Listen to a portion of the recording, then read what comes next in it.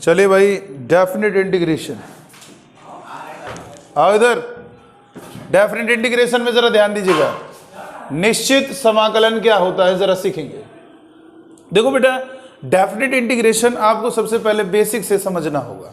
Definite integration में मतलब है निश्चित समाकलन। जैसे मान लीजिए आपको एक क्वेश्चन दिया था f(x) dx, इसमें क्या होता है बेटा, कांस्टेंट ऐड होता है, इसमें हमारा कांस्टेंट ऐड होता है, ये हमारा इनडेफिनेट इंटीग्रेशन है। फिर से मेरी बात सुनिएगा, इसमें कांस्टेंट ऐड होगा, ये हमारा इनडेफिनेट इंटीग्रेशन होगा। और अगर यहां पर नीचे ऊपर कुछ लिखा जाए तो ये हमारा होता है डेफिनेट इंटीग्रेशन। ये बात को समझ लीजिएगा, इसको हम नाम देंगे इनडेफिनेट इंटीग्रेशन। इनडेफिनेट इंटीग्रेशन, अनिश्चित समाकलन जिसे हिंदी में कहते हैं, ठीक है। और इसे कहेंगे डेफिनेट इंटीग्रेशन। डेफिनेट इंटीग्रेशन, ये ध्यान रखिएगा। कैसे पहचानोगे, डेफिनेट का क्वेश्चन है, कैसे पहचानोगे इनडेफिनेट का क्वेश्चन है। इसके लिए आपको ये देखना होगा, अगर नीचे ऊपर कुछ नहीं लिखा है तो ये इनडेफिनेट का क्वेश्चन हो गया, और अगर यहां पर नीचे ऊपर कुछ लिखा होगा तो ये हमारा डेफिनेट इंटीग्रेशन का क्वेश्चन हो जाएगा, ठीक है। डेफिनेट और इनडेफिनेट में इतनी बात क्लियर हो जानी चाहिए। तो इसमें ध्यान रखना, इसमें सी ऐड किया जाता है, इसमें सी यानी कांस्टेंट ऑफ इंटीग्रेशन ऐड किया जाता है, नोट कर सकते हो, ऐड किया जाता है। और इसमें कांस्टेंट ऑफ इंटीग्रेशन, इसमें कांस्टेंट ऑफ इंटीग्रेशन ऐड नहीं किया जाता है, ऐड नहीं किया जाता है।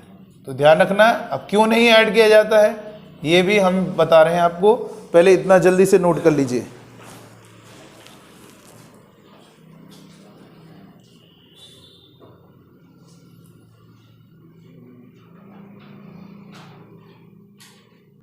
तो इसमें सी ऐड किया जाएगा इनडेफिनेट में, और डेफिनेट में सी ऐड नहीं किया जाएगा। इतनी बात क्लियर कर लीजिए पहले, ठीक है।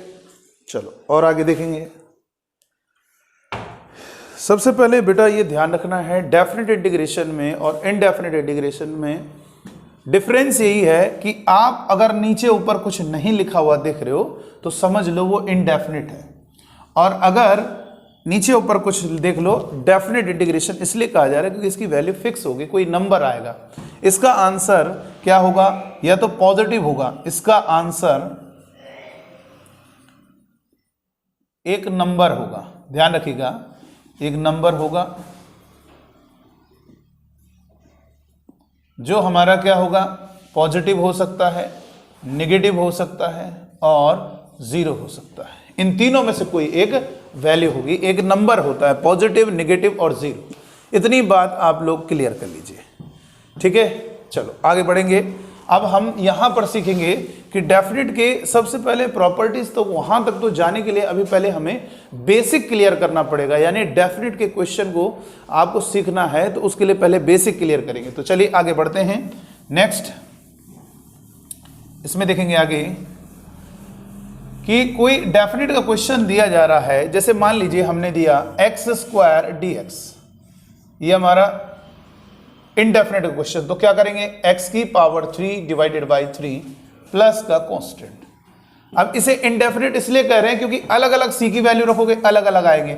c = 1 रखोगे तो x³ प्लस 1 ये इंटीग्रल आएगा, c = 1 2 रखोगे तो x³ प्लस 2 आएगा, c = 3 रखोगे तो x³ प्लस 3 आएगा। कोई ऐसा तो ना c इंटीजर ही रखना, कुछ भी रख दो, 3/2 रख दीजिए।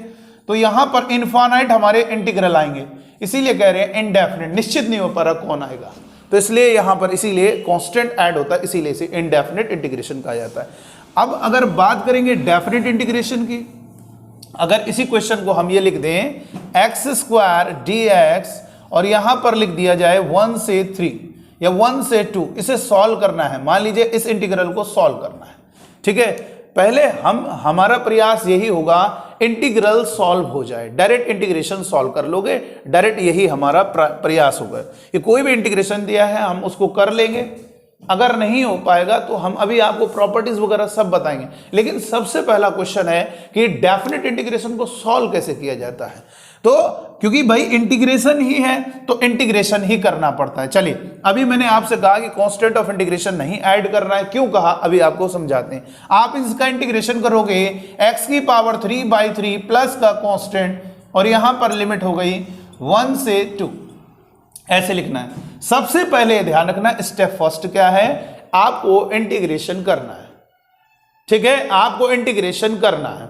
बहुत सारे ऐसे क्वेश्चन होते हैं इंटीग्रेशन नहीं हो पा रहा है तो हम फिर प्रॉपर्टीज का भी हेल्प लेते हैं, लेकिन अभी हमारा बेसिक यही रहेगा, सबसे प्लान यही रहेगा, कोई भी क्वेश्चन दिया जाएगा हम उसका इंटीग्रेशन करेंगे। चलिए भाई इंटीग्रेशन कर दिया, उसके बाद जानते हो बेटा ये किसके रिस्पेक्ट में हो रहा है, एक्स के रिस्पेक्ट में हो रहा है, एक्स के रिस्पेक्ट में हो रहा है, इसका मतलब ये एक्स की वैल्यूज हैं, x के रिस्पेक्ट में हो रहा है, इसका मतलब ये x की वैल्यूज हैं। सबसे पहले x इक्वल टू 2 पुट करेंगे, जैसे ही आप 2 पुट करेंगे तो ये होगा 2 की पावर 3/3 प्लस का c माइनस, फिर ये लोअर लिमिट रखेंगे, यहां पर लिखा नहीं रहेगा, ये मैं समझा रहा हूं आपको कि dx लिखा है तो समझ लो ये x की वैल्यूज हैं, ये हमारी x की वैल्यूज हैं। तो यहां पर क्या करेंगे, लोअर लिमिट रखेंगे, अब तो 1 की पावर 3/3 प्लस का c, तो यहां से कितना होगा 8/3, 2 की power 3, 8/3 plus c minus 1/3 minus का c, माइनस c से प्लस c कैंसिल, 3 एलसीएम आ गया, 8 - 1 यानी 7/3, ये हमारा क्या होगा, इस डेफिनेट का आंसर आ रहा है। डेफिनेट का answer negative number, positive number और जीरो में से, तीनों में से कोई एक होगा। तो यहां पर देखो एक फिक्स वैल्यू निकल के आ रही है कि नहीं आ रही, इसीलिए इसे नाम दिया जाए डेफिनेट इंटीग्रेशन। तो आप ये बताइए, जब भी डेफिनेट का क्वेश्चन सॉल्व करोगे तो सबसे पहले इंटीग्रेशन करेंगे, अपर लिमिट रखेंगे, माइनस का लोअर लिमिट रखेंगे, यानी सबसे पहले ऊपर वाली वैल्यू रखोगे, फिर माइनस नीचे वाली वैल्यू रखोगे, और हमेशा आपका c कैंसिल हो जाएगा, हमेशा आपका c कैंसिल हो जाएगा। इसीलिए कहा जाता है डेफिनेट इंटीग्रेशन में आप c को ऐड नहीं करना, ठीक है, वो हमेशा कट जाएगा। यानी डेफिनेट इंटीग्रेशन का क्या है कॉन्सेप्ट, यहां पर देख सकते हो, यहां पर समझ सकते हो कि लेट अगर किसी का इंटीग्रल fx का इंटीग्रल gx है तो gx प्लस c हो गया। अगर मैंने आपसे कहा a से b fx, इसको डेफिनेट में कन्वर्ट करते हैं, लिमिट लगा दी, तो ये समझ लो फील करने के लिए आप ये इसकी x की वैल्यूज है। अब हमने क्या किया, सबसे पहले इसका इंटीग्रेशन कर दिया, तो fx का इंटीग्रेशन होगा gx प्लस का c, और इंटीग्रेशन लिमिट क्या है, x इक्वल टू a से x इक्वल टू b। सबसे पहले अपर लिमिट पुट करेंगे, अपर लिमिट पुट करेंगे तो gb प्लस का c, और माइनस का लोअर लिमिट पुट करेंगे ga प्लस का c। जिस रीजन से, जिस कारण आप देख रहे हो कि हमेशा हमारा c कैंसिल होगा, इसीलिए बार बार कह रहे हैं कि आज के बाद कभी भी आप कांस्टेंट ऑफ इंटीग्रेशन ऐड नहीं करेंगे। यानी अगर हमारा क्वेश्चन दिया है x² dx 1 से 2, डायरेक्ट इसको इंटीग्रेट करेंगे, x की पावर 3/3, c नहीं ऐड करना है, ठीक है, और 1 से 2 सबसे पहले ऊपर वाली वैल्यू रखेंगे 2 की घात 3 8, और माइनस का 1 रखेंगे 1/3, और यहाँ पर एलसीएम आएगा 7/3, 3 एलसीएम आपने ऐड कर दिया। तो इस तरीके से डेफिनेट का क्वेश्चन को सॉल्व किया जाता है। तो कोई भी डेफिनेट क्वेश्चन को सॉल्व करना है बेटा, ध्यान रखना सबसे पहले क्या करना है, स्टेप फर्स्ट सबसे पहले इंटीग्रेशन करना है, इंटीग्रेशन करना, लेकिन उसमें c मत ऐड करना, और उसके बाद सबसे पहले ऊपर वाली वैल्यू उस वैल्यू में पुट करनी है dx, तो x की जगह ऊपर वाली वैल्यू पुट करनी, माइनस फिर नीचे वाली वैल्यू जो आएगा वही उस डेफिनेट का आंसर होगा। जैसे कुछ क्वेश्चन दे रहे हैं, इसको सॉल्व करेंगे, देखेंगे इवेलुएट द फॉलोइंग, बेसिक है, थोड़ा बेसिक क्लियर होगा, पूरा बेसिक से आपको बताएंगे। इवेलुएट द फॉलोइंग, निम्न को ज्ञात कीजिए। पहला 0 से π/2 cos x dx, number second 0 से 1 x² + 1 dx, नंबर थर्ड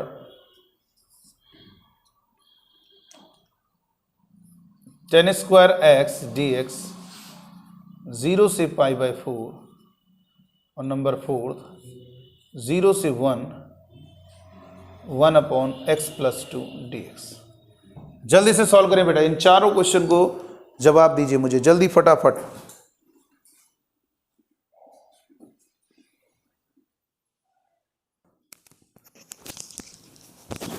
देखिए इन क्वेश्चन को कैसे किया जाएगा, बहुत आसान क्वेश्चन है, इन क्वेश्चन को बहुत ही इजी तरीके से हम सॉल्व कर पाएंगे।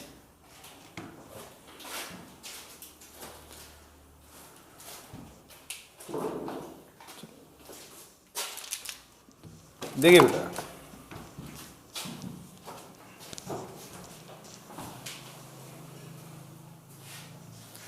देखो बहुत बेसिक क्वेश्चन है, थोड़ा सा बेसिक क्लियर हो जाए। चलो, तो इस क्वेश्चन के आंसर क्या होंगे? देखिए बेटा क्या करेंगे,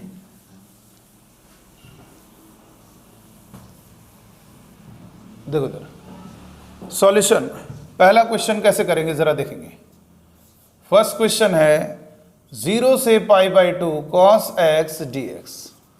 तो cos x का इंटीग्रेशन होगा sin x, डायरेक्ट कर दिया, और कांस्टेंट ऐड नहीं करना, 0 से π/2।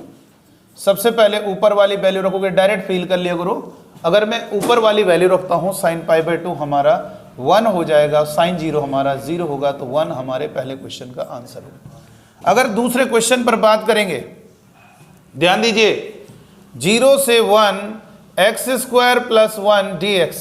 तो इसका इंटीग्रेशन क्या होगा बेटा? इसका इंटीग्रेशन होगा x की पावर 3/3, 1 का होगा x, लिमिट हो गया 0 से 1, अपर लिमिट रखेंगे 1 की पावर 1/3 प्लस का 1, माइनस लोअर लिमिट रखेंगे 0, दोनों में 0 रख दोगे, 3 एलसीएम आएगा, 3 में 1 ऐड करोगे, 4/3। ये हमारा दूसरे क्वेश्चन का आंसर होगा।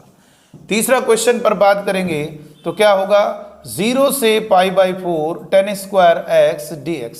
और tan² x का इंटीग्रेशन डायरेक्ट याद रखो, tan x - x क्या होता है? tan x - x। आदत बना लीजिए, tan² x का इंटीग्रेशन की आदत बना लीजिए। क्या होता है? tan x - x। और cot² x का इंटीग्रेशन क्या होता है? माइनस का cot x माइनस का x।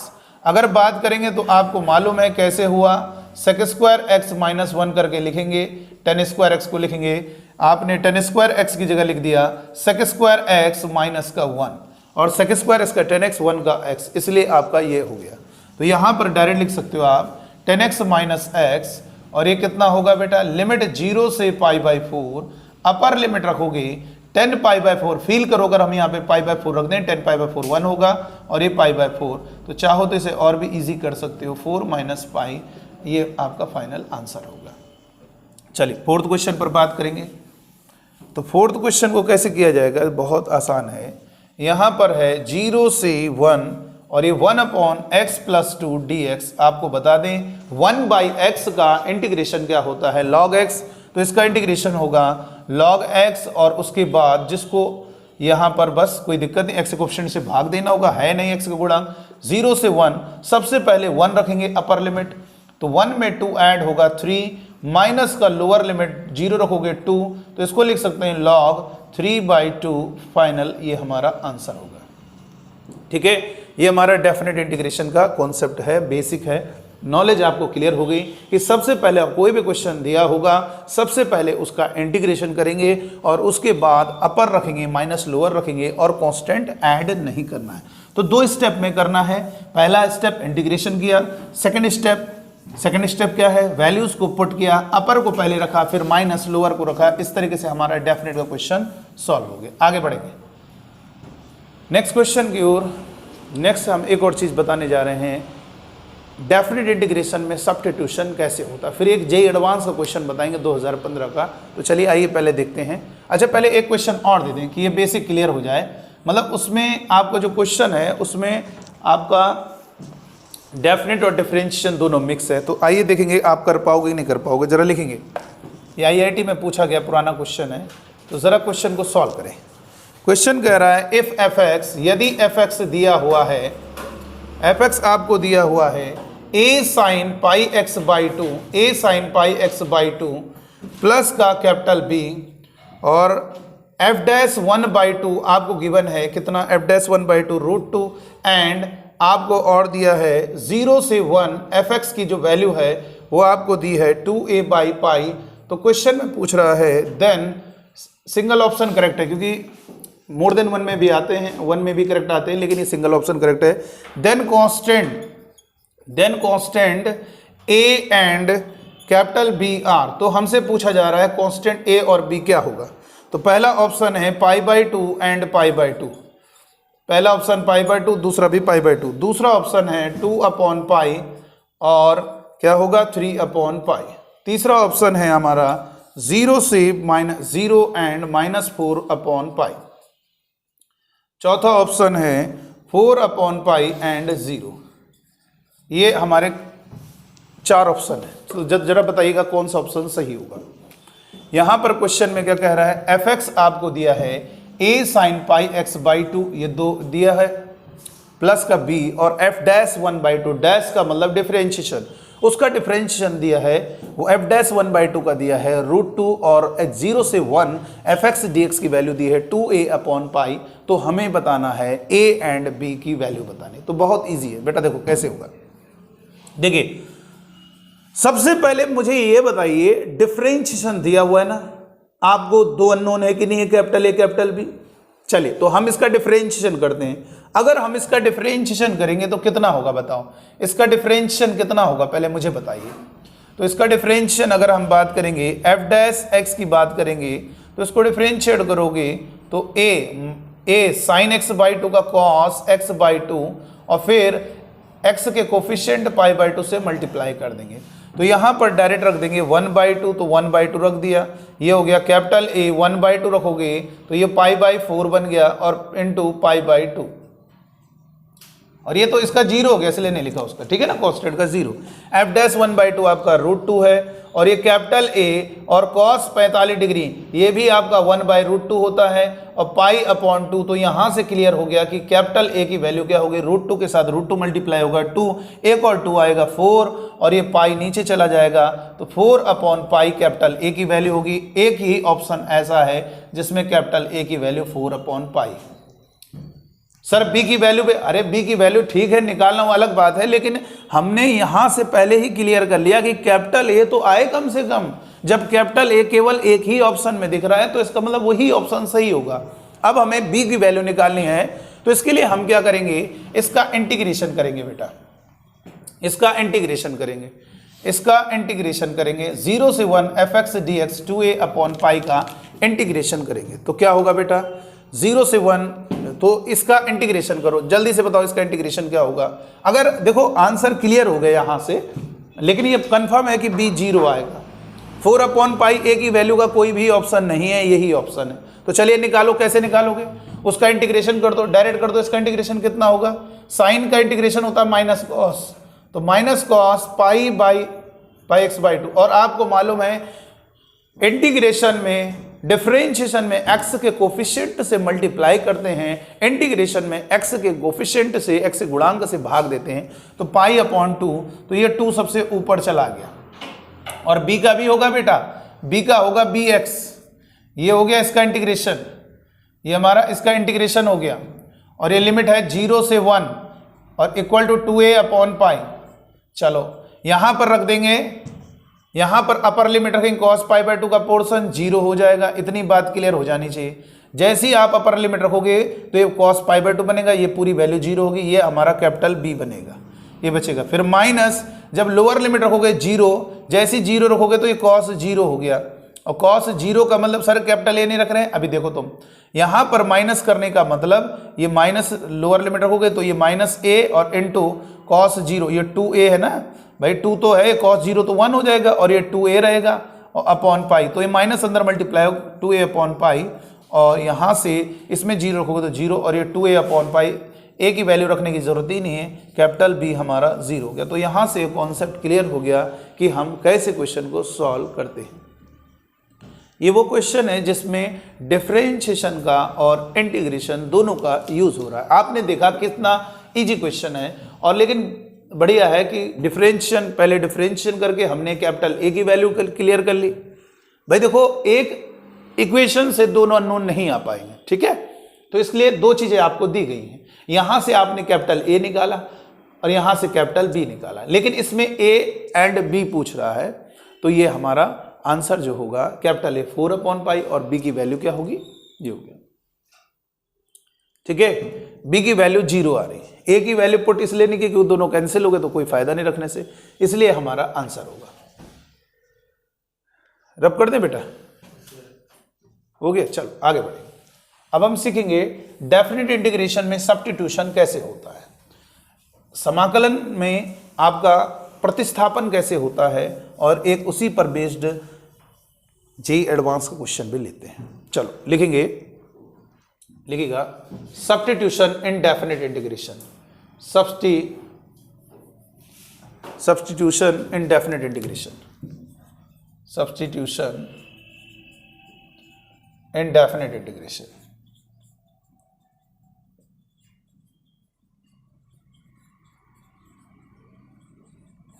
देखिए इधर बहुत इजी है, देखो सब्स्टिट्यूशन कैसे होता है डेफिनेट इंटीग्रेशन सीखेंगे। एक बेसिक क्वेश्चन दे रहे हैं, जैसे हमने क्वेश्चन दिया बेसिक, इसको डायरेक्ट ट्रिक से भी कर सकते हो आप, लेकिन बेसिक समझा दें, इससे क्लियर हो जाएगा। जैसे लिखा है 0 से π/2 साइन की power 5x cos x dx।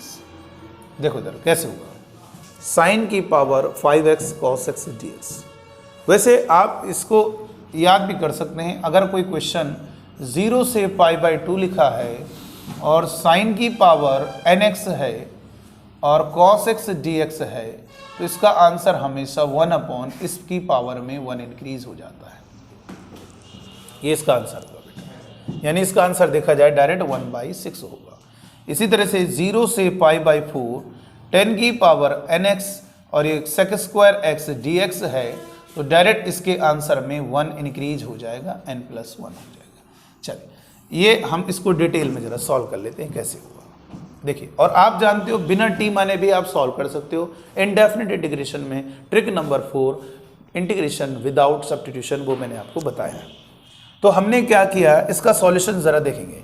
ये लिखा है 0 से π/2 और यहाँ पर लिखा है sin x की whole power 5 into cos x dx। ये ध्यान दीजिएगा, ये दिया हुआ है। अब हमने क्या किया बेटा, sin x को t मान लिया, sin x को यहाँ पर t लेट कर लिया, sin x को हमने t लेट कर लिया।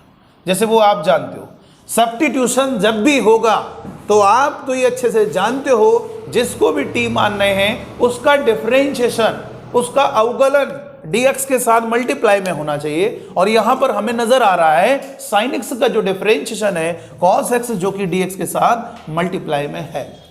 तो यहां पर क्या किया बेटा, इसका डिफरेंशिएशन करो, cos x into dx is equal to dt। तो यहां पर आपने क्या किया, sin x की जगह t रख दिया, t की पावर 5 cos x dx कितना होगा बेटा, cos x dx होगा dt। और ये क्या है, x की वैल्यूज हैं, ये हमारी क्या है, x की वैल्यूज है। dx लिखा है तो x के मान है, x की वैल्यूज है। dt होगा तो ये हमारी किसकी वैल्यूज होंगी, t की वैल्यूज होंगी। अब उन लिमिट को ना उतार देना, अब यहां पर t की वैल्यूज को लिखना होगा। सर वो कैसे होता है, वो बेटा सीखना होगा। जब भी आप डेफिनेट इंटीग्रेशन में t मान रहे हो तो ये बात ध्यान रखिएगा, आपको सब्स्टिट्यूशन करेंगे। क्या करेंगे, सब्स्टिट्यूशन। टी मानना है सब्स्टिट्यूशन, तो लिमिट को भी चेंज करना हो, बस इतना याद रखिएगा। डेफिनेट इंटीग्रेशन में टी माना जा रहा है, सब्स्टिट्यूशन किया जा रहा है, तो लिमिट में भी बदलाव होगा, लिमिट में भी चेंज होगा। ठीक, कैसे चेंज करोगे जरा देखेंगे, यहां से देखा करो कहां से चेंज करेंगे। जहां पर आपने टी माना है वहां नजर ले जाओ, अपनी यहां पर माना है तो यहां पर ये देखो कि जिस समय हमारा x 0 है वहां पर 0 रखो, तो उस समय पता करो t क्या होगा। x 0 है तो उस समय 0 पुट करके ये पता कर लीजिए t की वैल्यू क्या होगी। लिमिट को चेंज करना पड़ता है। तो यहां पर जब हम x 0 रखेंगे तो बेटा हमारा t की वैल्यू क्या निकलेगी, 0 आ रही, यानी t 0 होगा। और जब x हमारा π/2 होगा, यानी x π/2 होगा, आप खुद देखिए तो उस समय t की वैल्यू क्या आएगी, बोलो 1 आएगी। तो डायरेक्ट कर देंगे चेंज। तो डेफिनेट इंटीग्रेशन में यही है, लिमिट को चेंज कर देंगे। ऐसे लिखने की जरूरत नहीं, ये x 0 लिखा है, तो जब x 0 है तो जब अब x 0 है तो उस समय देखेंगे t हमारा 0 होगा। जब हमारा x π/2 है तो उस समय t हमारा 1 होगा। तो यहां से अब क्या होगा इसका इंटीग्रेशन, t की पावर 6 डिवाइडेड बाई 6, लिमिट हो गई 0 से 1, यानी आपका आंसर अपर लिमिट रखोगे 1/6, लोअर लिमिट रखोगे 0, तो आंसर डायरेक्ट होगा 1/6। वही जो मैंने कहा, वही जो हमने आपको बताया। भाई ये बताइए, अगर मैंने आपसे कहा 0 से π/2 साइन की power 9x cos x dx, बोलो इसका आंसर क्या होगा, डायरेक्ट 1/10 हो जाएगा। इसी तरह से 0 से π/2 साइन की power 11x into cos x dx, इसका आंसर क्या होगा, 1/12 होगा, 11 में 1 बढ़ा दोगे 12 हो जाएगा। तो कितना आसान है। इसका इंटीग्रेशन होगा 1/1 बढ़ा दिया 10, इसका इंटीग्रेशन होगा 1/1 बढ़ा देंगे 12। तो इस तरीके से हम ये समझ सकते हैं। अच्छा, अगर ये बताइए वो इनडेफिनेट वाली ट्रिक लगाई जाए कि बिना टी माने हम इसका इंटीग्रेशन कर दें फिर रख दें अपर लोअर, बात तो वही है। तो चलिए आइए उससे भी देख लेते हैं क्या होगा। देखिए क्या किया हमने, जरा देखेंगे। यहां पर हमने क्या किया, बिना टी माने यहां पर इंटीग्रेशन कर दिया। याद करो मैंने बिना टी माने वाले ट्रिक बताई थी, क्या बताया था? बिना टी माने आप कैसे इंटीग्रेशन करते हो, याद है ना बेटा? कैसे करते हैं बिना टी माने हम इंटीग्रेशन कैसे करते हैं बताइए। क्या करेंगे, जो उसका डिफरेंशिएशन है dx से उसको हटा दीजिए। तो उसका जो डिफरेंशिएशन dx उसको हटा दीजिए और जिसका डिफरेंशिएशन dx है उसको x समझ लीजिए। तो x की पावर 5 बेसिक हो गया। तो x की पावर 5 का क्या होगा, x, ध्यान रखना x बोला जा रहा है, x बोला जाएगा, समझा जाएगा, लेकिन लिखा वही जाएगा जो है। उसका डिफरेंशिएशन dx हटा दीजिए, x की पावर 5 का होगा बेटा x की पावर 6 डिवाइडेड बाई 6। और ये क्या होगा, लिमिट 0 से π/2। अपर लिमिट जैसे ही रखोगे π/2 1 हो जाएगा, लोअर लिमिट रखोगे 0 तो आपका आंसर 1/6 होगा बेटा। ठीक है, क्या होगा आंसर 1/6 होगा। इस तरीके से डेफिनेट इंटीग्रेशन क्वेश्चन को हम सॉल्व करते हैं। चलो आगे बढ़ेंगे। एक और क्वेश्चन दिया जाएगा है, रब करें इसको। एक क्वेश्चन दे रहे हैं, इसको सॉल्व करेंगे।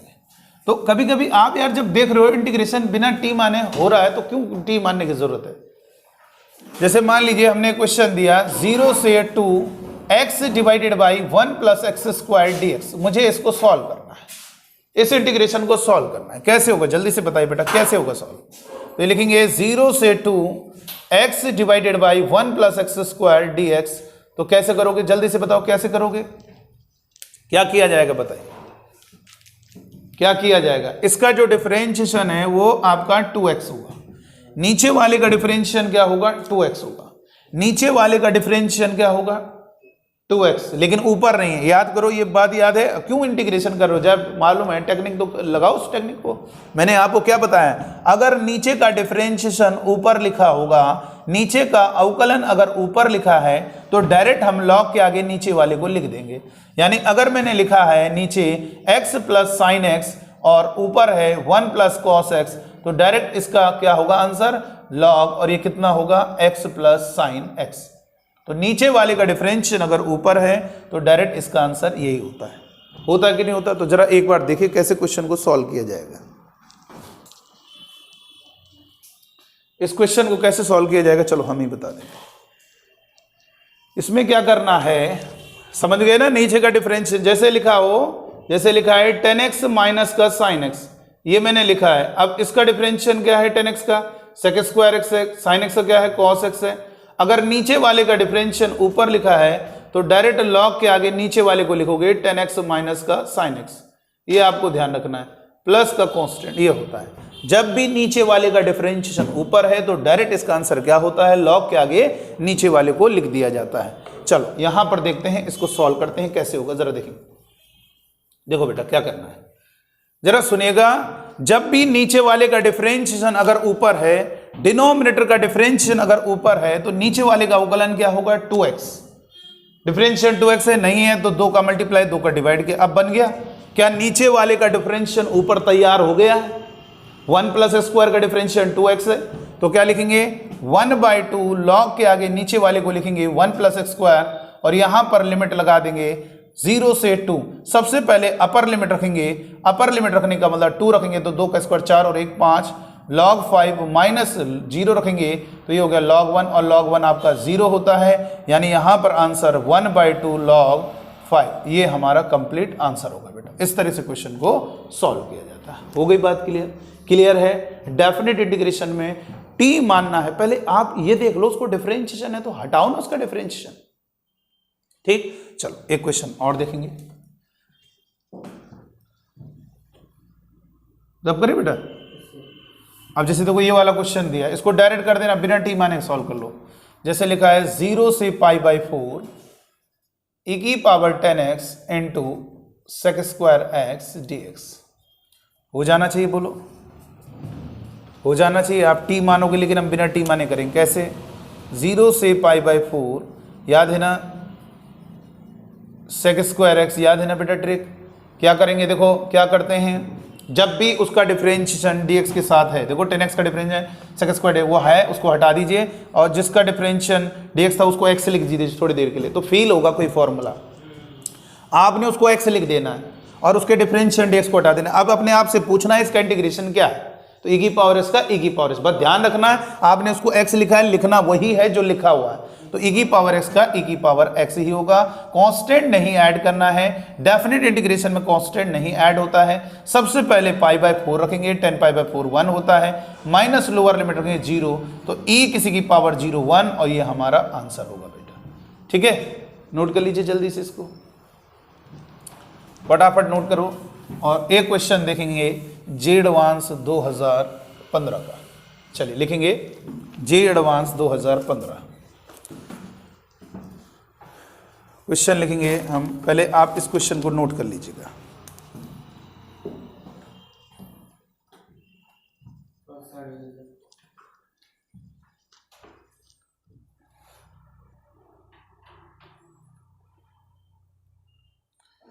क्वेश्चन है, हो गया नोट, जे एडवांस 2015।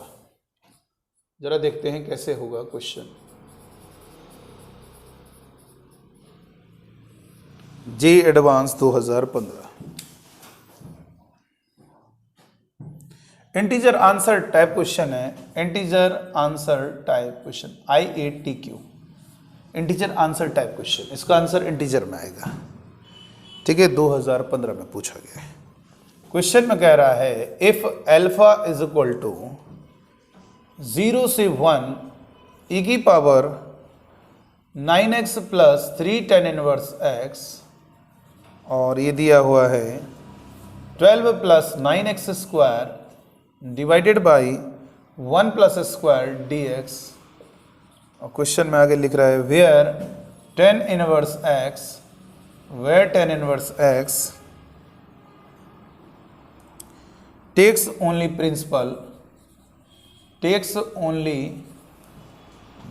प्रिंसिपल सॉल्यूशन, यानी उसकी वैल्यू -π/2 से π/2 के बीच में रहेगी। वैल्यूज प्रिंसिपल वैल्यूज लिख देते हैं। ठीक है, प्रिंसिपल वैल्यूज मुख्य मान, then the value of log 1 plus mod 1 plus alpha minus का 3/4 इज, इसकी वैल्यू बतानी है। जल्दी से बताइए कैसे होगी, क्या होगा इसका आंसर, फटाफट बताएंगे।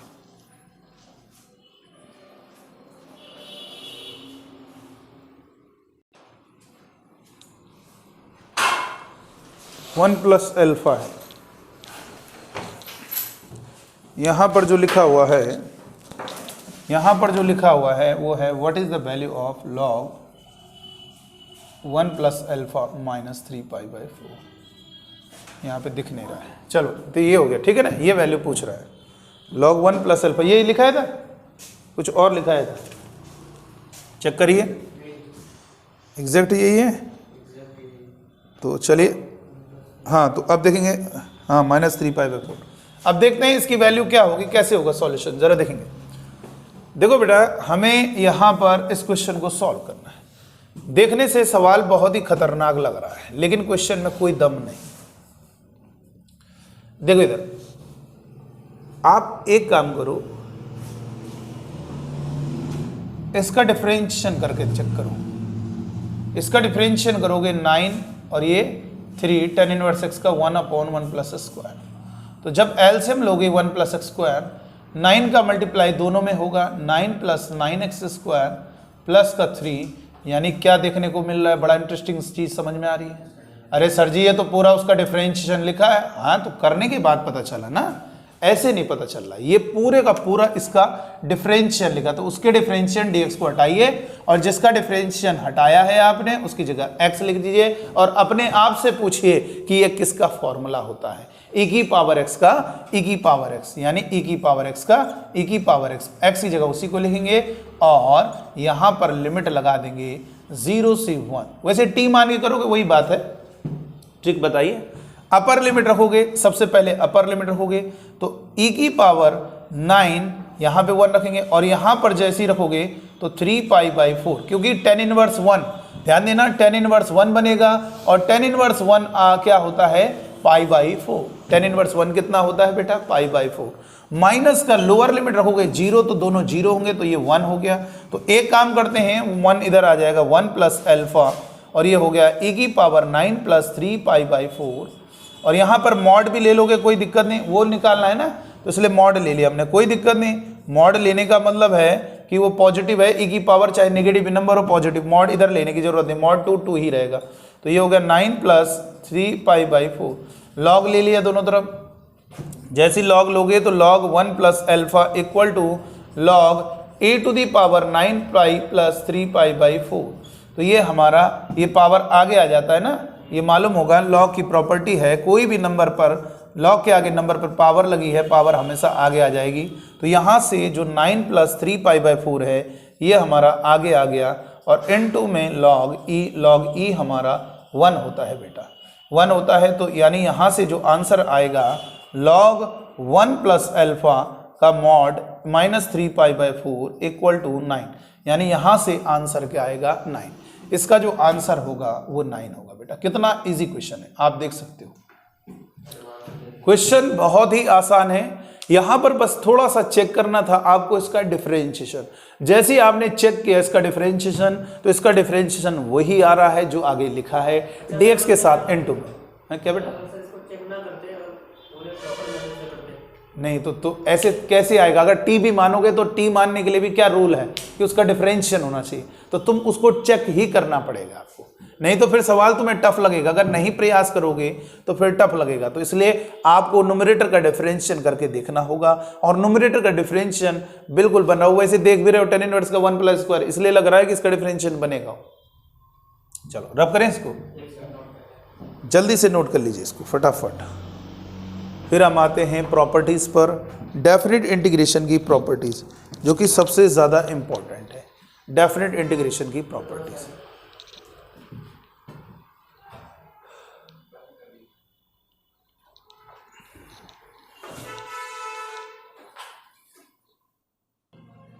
चलो तो ये बात क्लियर हो गई। आगे बढ़ेंगे नेक्स्ट कॉन्सेप्ट की ओर। देखो बेटा,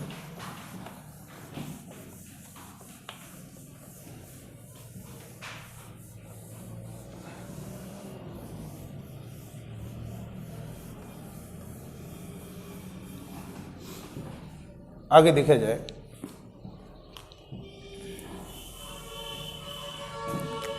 देखो बेटा,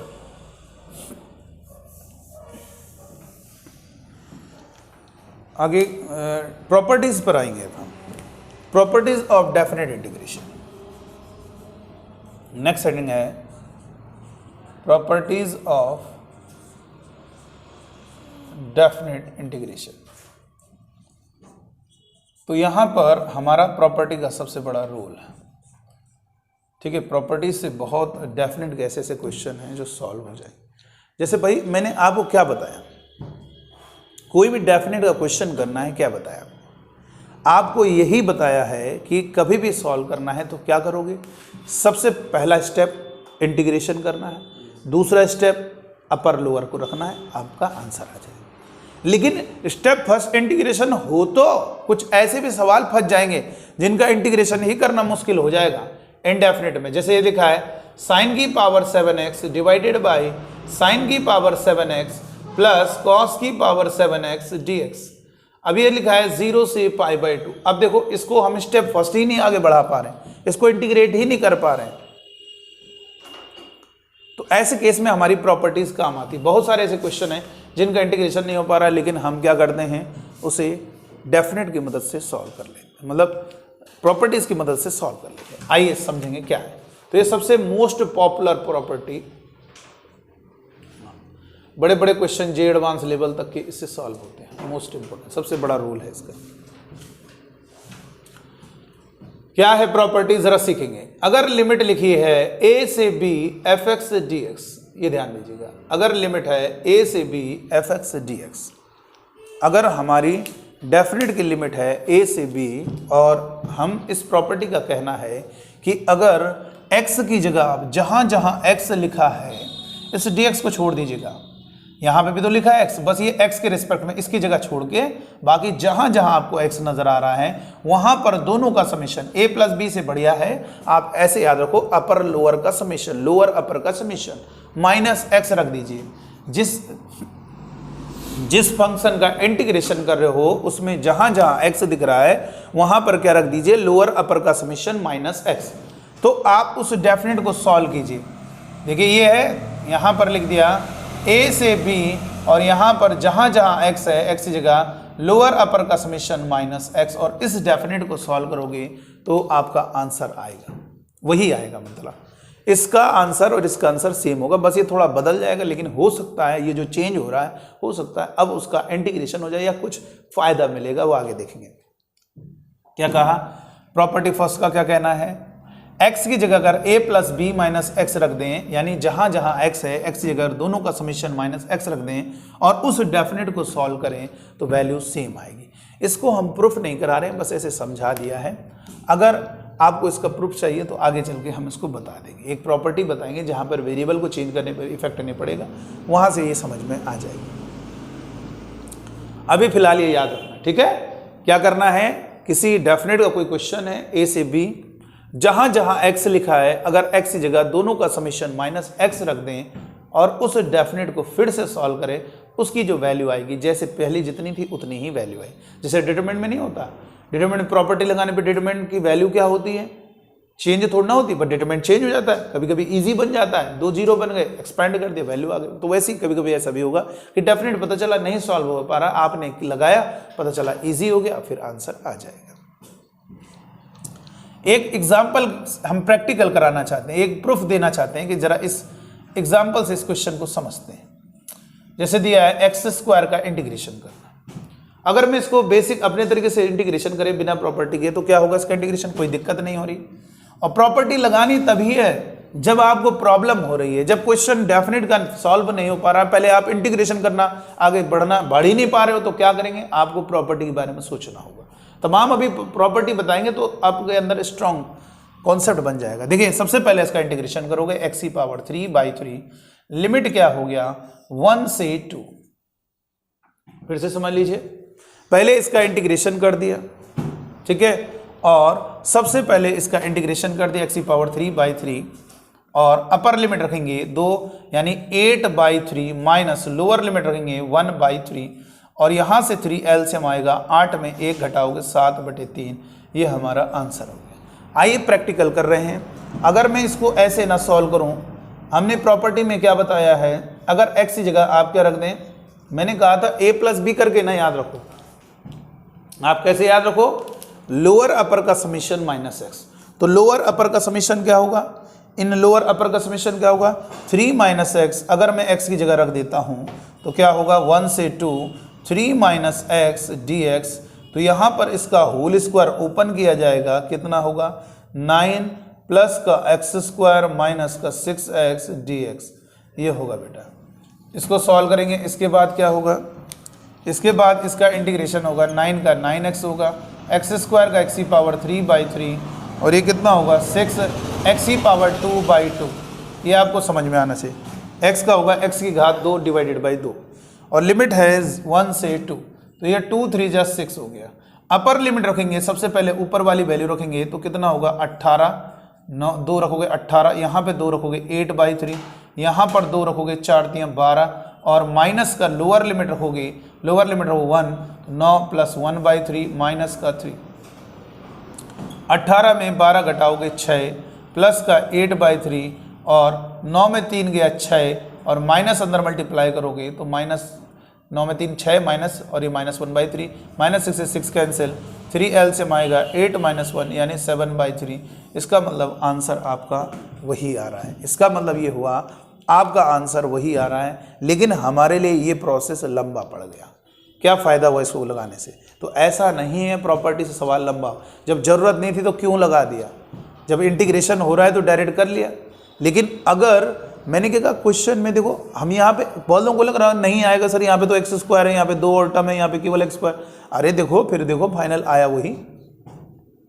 इसका मतलब यहाँ से प्रैक्टिकल इसका प्रूफ हो गया है कि अगर हम किसी क्वेश्चन में x की जगह दोनों का समीशन माइनस एक्स पुट करके उस डेफिनेट को सॉल्व करें तो हमें लग रहा है कि वो बदल गया है, लेकिन आंसर में बदलाव नहीं होगा। और जब एक पूरे आत्मविश्वास के साथ आप ये कह रहे हैं, फुल कॉन्फिडेंस के साथ कह रहे हैं, पूरा प्रूफ दे के कह रहे हैं कि नहीं बदलाव होगा, तो भैया कर लो। आपको लग रहा है बदल जाएगा, लेकिन वो आंसर नहीं बदलेगा, सेम आंसर आता है। दोनों का क्या आएगा? सेम आंसर आएगा। ठीक है, इतनी बात आप बच्चों को ध्यान में रखनी। हो गया ना क्लियर? सबसे पहले क्या करना है, ये तो क्लियर हो गई बात। अगर मान लीजिए यही क्वेश्चन ऐसे दिया होता, यही क्वेश्चन अगर ऐसे दिया होता तो आप इसका होल स्क्वायर ना करो, डायरेक्ट हो जाएगा सॉल्व। कैसे? एक्स की जगह रखो जरा, एक्स की जगह क्या रखोगे? दोनों का summation minus x, 3 minus x रखोगे, 1 से 2 3 माइनस एक्स रखोगे। अब देखो जल्दी हो गया कि नहीं हो गया बोलो?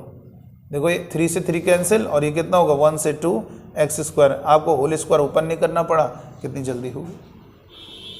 ठीक, तो आइए अब हम इस प्रॉपर्टी को आगे इस पर क्वेश्चन बात करेंगे, लेकिन सबसे पहले ये समझ लीजिए कि प्रॉपर्टी क्या कह रही है। लोअर अपर का समीशन माइनस एक्स अगर किसी आप फंक्शन में पुट करते हो, डेफिनेट का क्वेश्चन है, बस dx के वाले x में न रखना, वो x के रिस्पेक्ट में हो रहा है, बाकी हर जगह उस फंक्शन में पुट करेंगे जहां जहां x है, और उस डेफिनेट का आंसर में बदलाव नहीं होगा। चल आगे इसको नोट कर लीजिए।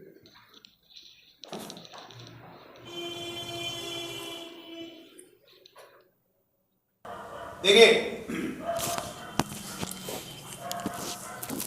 अब हम बात करें कैसे इस प्रॉपर्टी से काफी ढेर सारे क्वेश्चन हम सॉल्व करेंगे। देखेंगे बहुत सारे क्वेश्चन सॉल्व हो जाते हैं इस प्रॉपर्टी से। आगे बढ़ेंगे, तो ये हमने बताया आपको, आगे देखेंगे, बस याद रखें।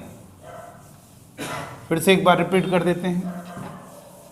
कोई अगर फंक्शन का आपको इंटीग्रेशन करना है, अगर उसमें x की जगह, उस फंक्शन में x की जगह दोनों का समीशन माइनस एक्स पुट कर दें, यानी लोअर अपर का समीशन माइनस एक्स पुट कर दें x की जगह, और उस डेफिनेट को सॉल्व करें, तो उसका आंसर उतना ही आना है। आइए इसकी एप्लीकेशन देखते हैं, और एक गजब की कमाल की टेक्निक भी देखेंगे, जिससे हमारे बहुत सारे क्वेश्चन सॉल्व हो जाएंगे। आइए देखें, एक क्वेश्चन दे रहे हैं जो कि बहुत ही पॉपुलर है 12th की क्लास का, उसी से हम और भी कॉन्सेप्ट निकालें। लिखेंगे इवैल्यूएट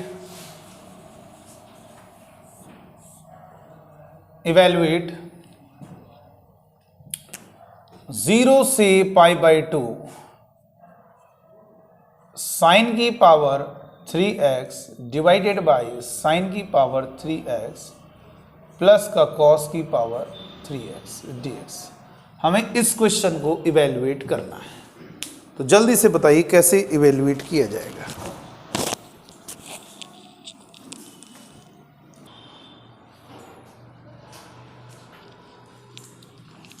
देखो कैसे हो बेटा, ध्यान देना। ये जो क्वेश्चन लिखा है 0 से π/2 है, थोड़ा नीचे कर देते हैं। 0 से π/2 sine cube x divided by sine cube x plus का कॉस क्यूब x। हमें इस डेफिनेट को सॉल्व करना है। देखिएगा कैसे होगा बेटा, बहुत इजी क्वेश्चन, आसानी से कहा जाएगा। क्या करोगे पहले, इसको सॉल्यूशन में लेट कर लेंगे, इसको आए अभी डिटेल में बता दें, फिर इस टाइप के क्वेश्चन का पैटर्न समझा देते हैं कि ऐसा क्वेश्चन है, तो इसका आंसर डायरेक्ट हम कैसे निकाल सकते हैं। देखिए इधर, आप इस क्वेश्चन में, आपको जब भी क्वेश्चन समझ में नहीं आ रहा है, कोई भी क्वेश्चन है डेफिनेट का, आप उसको देख रहे हैं और आपको दिक्कत क्या हो रही है, देखिएगा ये क्वेश्चन दिया हुआ है साइन क्यूब x डिवाइड में sign cube x plus cos cube x। ये क्वेश्चन दिया है, इसमें हमें दिक्कत क्या हो रही है, देखिए इधर इंटीग्रेशन में दिक्कत हो रही है। हम स्टेप फर्स्ट ही नहीं करते, तो आप एक काम करें, उसे फर्स्ट समझ लें, इक्वेशन नंबर फर्स्ट बोलते हैं, अभी डिटेल में समझा रहे, ठीक है। और लगा दें बाई प्रॉपर्टी, प्रॉपर्टी में क्या होगा, x की जगह दोनों का समीशन क्या होगा, पाई by 2 minus x.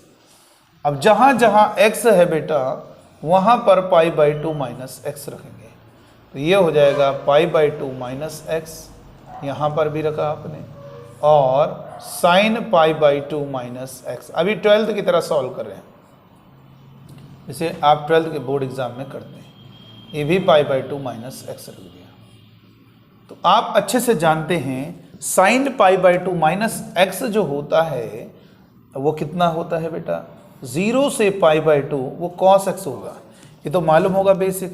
Sign pi by 2 minus x is equal to cos x, और cos pi by 2 minus x is equal to sine x. तो ये हमारा बेसिक होता है।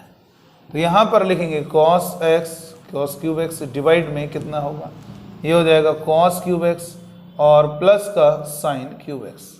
Cos pi by 2 minus x कितना होगा, साइन एक्स। तो ये हमारी सेकेंड इक्वेशन है। चलो अब हम क्या करेंगे, इक्वेशन फर्स्ट में इक्वेशन सेकंड को ऐड करेंगे, इक्वेशन फर्स्ट में इक्वेशन सेकंड को ऐड करेंगे। दोनों इक्वेशन को जब ऐड करोगे तो देखिए कमाल का रिजल्ट आएगा सामने। लेफ्ट को ऐड करेंगे तो i में i को ऐड करोगे तो 2i हो जाएगा। राइट साइड को ऐड करेंगे, लिमिट हो गई 0 से पाई बाई 2, और इसमें इस वाले पोर्शन को ऐड किया जाएगा। दोनों की लिमिट सेम है तो इसलिए ऐड कर सकते हो। तो यहाँ पर लिखेंगे साइन क्यूब एक्स डिवाइड में साइन क्यूब एक्स प्लस का कॉस क्यूब एक्स, और यहाँ पर है प्लस का कॉस क्यूब एक्स डिवाइड में, इस साइन क्यूब एक्स को पहले लिख दो, कॉस क्यूब एक्स को बाद में लिख दो। तो यहाँ पर लिखेंगे साइन क्यूब एक्स प्लस का कॉस क्यूब एक्स, और ये होगा डी एक्स। जब दोनों का एलसीएम आएगा तो कितना हो जाएगा, 0 से पाई बाई 2, यहाँ पर एलसीएम आएगा साइन क्यूब एक्स प्लस का कॉस क्यूब एक्स, तो यहाँ पर बात करेंगे sine cube x plus cos cube x की, तो ये दोनों आपस में कैंसिल हो जाएंगे, यहाँ पर हो जाएगा 1, तो 2i ये हो गया 0 से पाई बाई 2। देखो कितना इजी बन गया है, 1 बन गया, छोटा सा बन गया। और आपने इस इंटीग्रल की वैल्यू को लेट किया था i, तो हमारा टारगेट है हमें i को कैलकुलेट करना है। तो यहाँ से कहेंगे 2i इज इक्वल टू 1 का इंटीग्रेशन होगा x, लिमिट हो गई 0 से पाई बाई 2। सबसे पहले अपर लिमिट रखेंगे पाई बाई 2 माइनस लोअर लिमिट रखेंगे 0, तो पाई बाई 2, और ये 2 डिवाइड में चला जाएगा पाई बाई 4, 2 दूनी 4, 4 आपका डिवाइड में चला गया, फाइनल आंसर। इस तरीके से हम क्वेश्चन को सॉल्व करें। लेकिन हम कोई क्वेश्चन सॉल्व करेंगे ऐसे नहीं करेंगे, इतना कितना लेंदी हो रहा है। देखो सब 12th का प्रोसेस है, तो 12th है, बोर्ड का एग्जाम है, तो उसमें ऐसा करो, इस तरीके से नहीं करना। तो आइए हम सीखते हैं कि कैसे हम इस टाइप के क्वेश्चन को डायरेक्ट करते हैं। ये हो गया, नोट हुआ है? चलो फिर भी समझ लीजिएगा कि कैसे करना है। फर्स्ट इक्वेशन हो गई, सेकंड इक्वेशन हो गई, और दोनों इक्वेशन को ऐड कर दिया, 1 हो गया। कितना कमाल की बात हो गई कि 1 हो गया, 1 का इंटीग्रेशन डायरेक्ट सॉल्व हो रहा है। देखिए क्या करेंगे, सीखेंगे। देखो बेटा, अब हम आपको बता देते हैं क्या करना है। आपको ये नहीं, इस टाइप के कई क्वेश्चन हम बताना चाहते हैं। इस क्वेश्चन का भी सॉल्यूशन बता रहे हैं हमें, क्वेश्चन अभी लास्ट में ले लेंगे फिर से क्वेश्चन। आप पहले याद नोट कर लीजिएगा, ये बहुत ही कमाल की ट्रिक है। अगर मान लीजिए इसमें लोअर और अपर का समीशन पाई बाई 2 होना चाहिए। ध्यान दीजिएगा, इस ट्रिक में एक बात ध्यान रखनी है, लोअर और अपर का समीशन पाई बाई 2 होना चाहिए। स्मॉल a लोअर लिमिट है, स्मॉल b अपर लिमिट है। यानी आपके सामने ये लिखा है फॉर्म, ये फॉर्म है, ये हमारी फॉर्म है, इस टाइप के क्वेश्चन है तो तब ये लगेगा। जैसे डिनोमिनेटर में क्या है, साइन की पावर nx प्लस कॉस की पावर nx है। ध्यान दीजिए, हर में डिनोमिनेटर में क्या है, साइन की पावर nx कॉस की पावर nx। साइन और कॉस के term with same power add हो रहे हैं, साइन और कॉस के टर्म क्या हो रहे हैं, विद सेम पावर ऐड हो रहे हैं, और इन दोनों में कोई एक न्यूमरेटर में होना चाहिए, चाहिए हो चाहिए हो। चलो ये वाला लिख दिया, साइन की पावर nx हो गया। हो गई बात क्लियर। ये दोनों ऐड हो रहे हैं, इन दोनों में कोई एक ऊपर लिखा होना चाहिए, ये दोनों ऐड हो रहे हैं ना, इन दोनों में कोई एक ऊपर लिखा हुआ है, ठीक है। यहां पर लिखा है साइन की पावर nx प्लस कॉस की पावर nx। हाँ पावर बेटा सेम होनी चाहिए, मतलब ये जो दो ऐड हो रहे हैं ना टर्म, इन्हीं दोनों में कोई एक टर्म न्यूमरेटर में होना चाहिए, बीच में प्लस ही होना चाहिए। ये जो दो ऐड हो रहे विद सेम पावर, इन दोनों का कोई एक टर्म ऊपर हो। मान लो किसी ने कहा सर साइन हो गया, चलो ठीक है। मान लो किसी ने कह दिया सर कॉस हो गया, चलो ठीक है। लेकिन ध्यान रखना लोअर और अपर को ऐड करना, भले कुछ भी हो कोई बात नहीं, लेकिन ऐड करने पर π/2 बनना चाहिए। ये ध्यान रखना π/2 बनना चाहिए। इसी तरह से और भी देख सकते हैं, जैसे क्वेश्चन लिखा है a से b और ये लिखा है 10 की पावर nx प्लस कॉस की पावर nx, और ये देखो ये दोनों ऐड हो रहे हैं 10 और कॉट, सॉरी कॉस नहीं कॉट, 10 और कॉट के टर्म दो ऐड हो रहे विद सेम पावर, 10 और कॉट के टर्म ऐड हो रहे विद सेम पावर, और दोनों में कोई एक न्यूमरेटर में होना चाहिए। जैसे 10x हो गया। मान लो किसी ने कहा नहीं सर 10 की पावर nx और कॉट की पावर nx,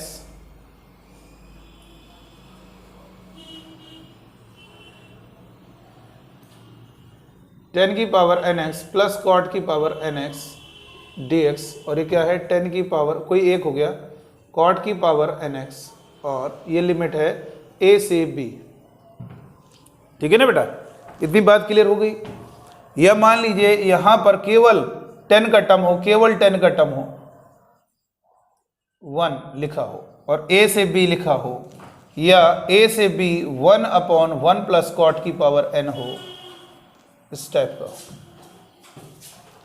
या सेक की पावर हो, सेक और कोसेक की पावर हो विद सेम पावर, सेक और कोसेक की पावर ऐड हो रही हो नीचे, उन दोनों में कोई एक ऊपर हो, सेक और कोसेक की पावर नीचे ऐड हो रही हो विद सेम पावर, उन दोनों में कोई एक ऊपर हो, मान लीजिए कोसेक है ऊपर, ठीक है, और ये a से b लोअर अपर। तो ये ध्यान रखना इस टाइप के जितने भी क्वेश्चन होंगे इन सब का आंसर सेम रहेगा, इस n पे डिपेंड नहीं करता है। n चाहे जितना बड़ा हो जाए, चाहे 1000 लिख दो, डराने के लिए हम 5000 लिख देंगे, बस वो उससे डर ही पैदा हो सकता है, लेकिन अगर कॉन्सेप्ट मालूम है तो वो डर भी नहीं पैदा। तो ये ध्यान रखना, ये जो लिखा हुआ है ये बेटा यही वाला है। कैसे देखो, अगर आप इसको लिखेंगे a से b 1/10 को लिखेंगे sine upon cos, sine upon cos, और यहां पर एलसीएम लोगे तो कॉस ऊपर चला जाएगा, यही चीज आपके सामने आ जाएगी। अगर इसको कॉस अपॉन साइन लिखोगे तो यही चीज सामने आ जाएगी। इसका मतलब ये चीज इसी से बनी है, ठीक है। तो ये बात क्लियर हो गई ना। क्या कहा, लिमिट लोअर और अपर को ऐड करने पर π/2 अगर हो रहा है और साइन और कॉस के with same power term add हो रहे हो डिनोमिनेटर में, या 10 और कॉट के सेम पावर वाले टर्म ऐड हो रहे हैं डिनोमिनेटर में, और ये जो दोनों ऐड हो रहे हैं इन दोनों में कोई एक न्यूमरेटर में लिखा हो, 10 और कॉट के टर्म दोनों ऐड हो रहे हैं, इन दोनों में कोई एक न्यूमरेटर में लिखा है, केवल सिंगल 10 का टर्म है विद मतलब कोई पावर के साथ, केवल कॉट का टर्म है पावर के साथ, और सेक और कोसेक की पावर सेम पावर के साथ है। तो इस टाइप के क्वेश्चन में क्या करना होगा, क्या करना होगा बोलो। इसका जो आंसर होगा डायरेक्ट, इनका जो आंसर होगा, यानी यहां पर हम डायरेक्ट आंसर लिखेंगे, तो ये जो हमारा डायरेक्ट आंसर आएगा वो कितना आएगा बताओ। इन सारे क्वेश्चन का आंसर वो जानते हो कितना होगा, ये आपका π/2 है। तो आपको क्या करना है, अपर लिमिट में माइनस लोअर लिमिट, ऐसे याद हो, b माइनस a ना याद रखो, ऊपर वाली वैल्यू में नीचे वाली वैल्यू माइनस कर देनी है और /2। और अगर नीचे कभी 0 लिखा हो, ऊपर π/2 लिखा हो, जो भी सवाल आपको दिख रहा है नीचे 0 ऊपर π/2, तो साफ साफ दिख रहा है, दोनों को जोड़ोगे π/2 होगा। भाई अगर ये बताइए नीचे अगर 0 लिख रहा है और ऊपर π/2 है, तो इनको तो साफ साफ जोड़ने की जरूरत ही नहीं है, ऐसे पता चल रहा है π/2। इन सवालों का आंसर हमेशा π/4 होगा। कैसे रखिए, 1/2 अपर लिमिट माइनस का लोअर लिमिट, और यहां से मल्टीप्लाई करोगे जिस कारण क्या कहेंगे π/4 होगा। आ गई बात समझ? तो याद कीजिए, इससे पहले वाला सवाल में यही तो था, sin cube x divided by sin cube x plus का cos क्यूब x। बिना पेन चलाए ही आप आंसर बता सकते थे। कितना होगा आंसर? π/4। ऐसे ही देख के बता सकते हो, π/4। यानी अब सवाल आपको ऐसे दिख जाए π/4। मैंने कहा लो इसको बताओ बेटा, 0 से π/2 साइन की power 17/2x divided by sign की पावर 17/17/2x और सॉरी 17/2x, सही से लिख दे रहे हैं, इसको लिख दे रहे हैं साइन की पावर 17/2 साइन की पावर 17/2x प्लस कॉस की पावर 17/2x dx। बोलो कितना आंसर होगा? π/4। देखने में बस ये लग रहा है सर जी ये वाला तो थोड़ा इजी लग रहा है, सवाल टफ लग रहा है, लेकिन बेटा दोनों में कोई दिक्कत नहीं, पावर पे डिपेंड नहीं करेगा, सेम पावर होनी चाहिए, दोनों की पावर सेम हो, और उन दोनों जो दोनों ऐड हो रहे उन दोनों में कोई एक ऊपर लिखा हो, तो हमेशा इस क्वेश्चन का आंसर होता है π/4। इस क्वेश्चन का हमेशा आंसर आएगा π/4। इतनी बात बेटा ध्यान रखनी है बच्चों, इतनी बात को याद रखना है। साइन की पावर nx प्लस कॉस की पावर nx दोनों डिनोमिनेटर में ऐड हो रहे विद सेम पावर, जो दोनों ऐड हो रहे उन दोनों में कोई एक न्यूमरेटर में लिखा हो, साइन और कॉस के सेम पावर ऐड हो रहे हो और उन दोनों में कोई एक न्यूमरेटर में लिखा है, साइन और टेन और कॉट के दोनों टर्म ऐड हो रहे हैं विद सेम पावर, उनमें कोई एक ऊपर लिखा हो, टेन और कॉट के दोनों टर्म ऐड उनमें कोई एक ऊपर लिखा हो विद सेम पावर। तो इन सवालों का आंसर 1/2 क्या होगा? अपर लिमिट में लोअर लिमिट माइनस करोगे 1/2 का मल्टीप्लाई करोगे वो आंसर हो जाएगा। ठीक है, इस तरीके से क्वेश्चन को सॉल्व किया जाता है।